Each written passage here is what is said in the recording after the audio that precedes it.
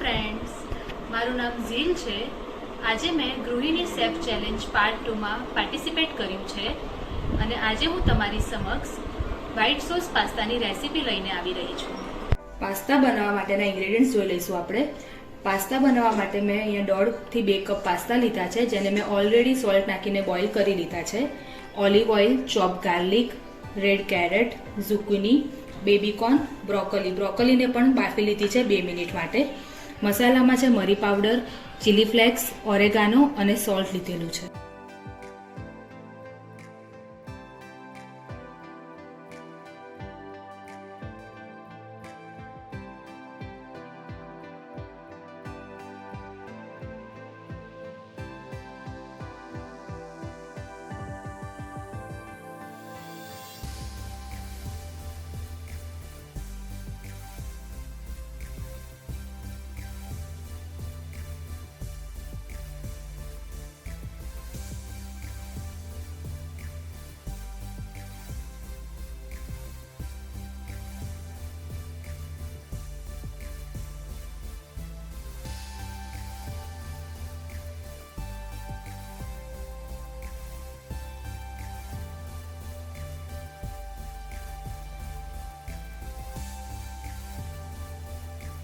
તો ચલો ફ્રેન્ડ્સ, આપણે વ્હાઇટ સોસ પાસ્તા બનાવવાનું સ્ટાર્ટ કરીશું.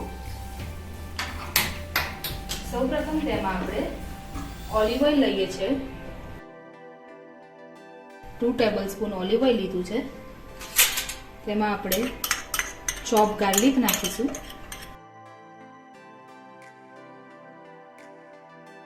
ગાર્લિક થોડું સોતે થાય ત્યારબાદ તેમાં આપણે 1 કપ બેબીકોર્ન,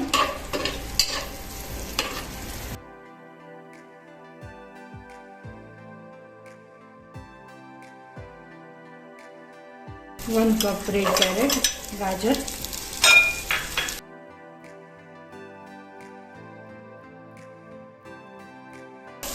આપણે અહીંયા બધા શાકભાજીને થોડા સોતે કરવાના છે. પાસ્તામાં ક્રન્ચી વેજીસ સારા લાગે છે, એટલા માટે આપણે એને બહુ સોતે નહીં કરીએ. આપણે અહીંયા 1 કપ ઝુકીની નાખી છે.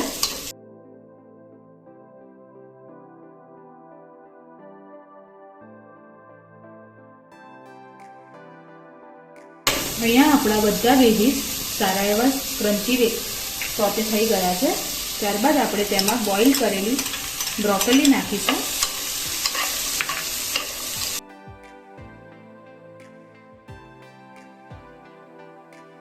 સ્વાદ પ્રમાણે આપણે પાસ્તા બોઇલ કરતી વખતે સોલ્ટ નાખેલું છે, એટલે આપણે વેજીસના ભાગનું જ સોલ્ટ નાખીશું.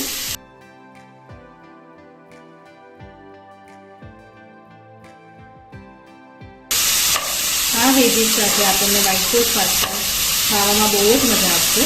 આપણા બધા જ વેજીસ સારા એવા સોતે થઈ ગયા છે. બહુ સોતે આપણે કરવાના નથી, ક્રન્ચી જ રહેવા દેવાના છે. ગેસની ફ્લેમ સ્લો કરીને હવે તેમાં આપણે જે વ્હાઇટ સોસ બનાવ્યો છે એ એડ કરીશું.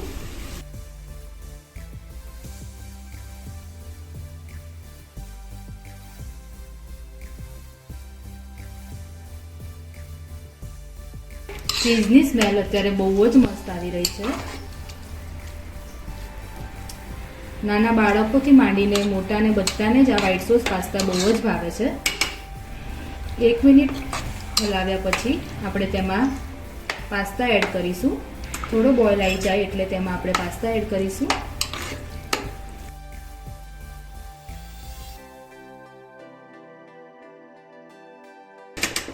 આપણો સોસ ધીમે ધીમે ઘટ થવા લાગ્યો છે.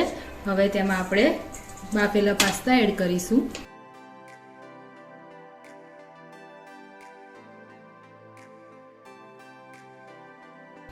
બધો જ વ્હાઇટ સોસ અને પાસ્તા સારી રીતે આપણે મિક્સ કરી લેવાના છે. બહુ જ મસ્ત ચીઝી ટેક્સચર આવી રહ્યું છે.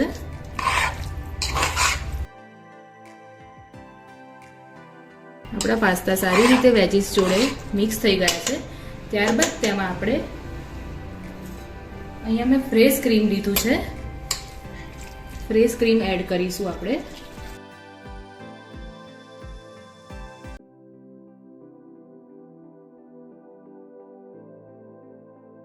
હવે તેમાં આપણે એકદમ ચીઝી બનાવવા માટે ઉપરથી થોડું આપણે ચીઝ નાખીશું. ફ્રેશ ક્રીમ અને ચીઝ નાખ્યા પછી હવે તેમાં આપણે બ્લેક પેપર પાવડર 1 ટેબલસ્પૂન, તમને ઓછું તીખું ભાવતું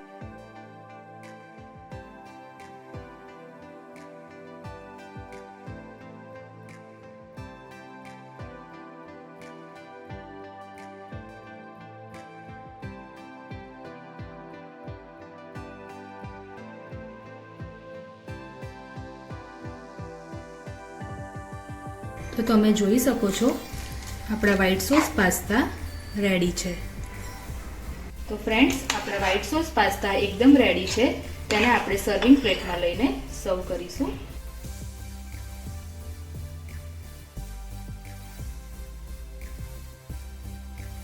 તો રેડી છે આપણા વ્હાઈટ સોસ પાસ્તા.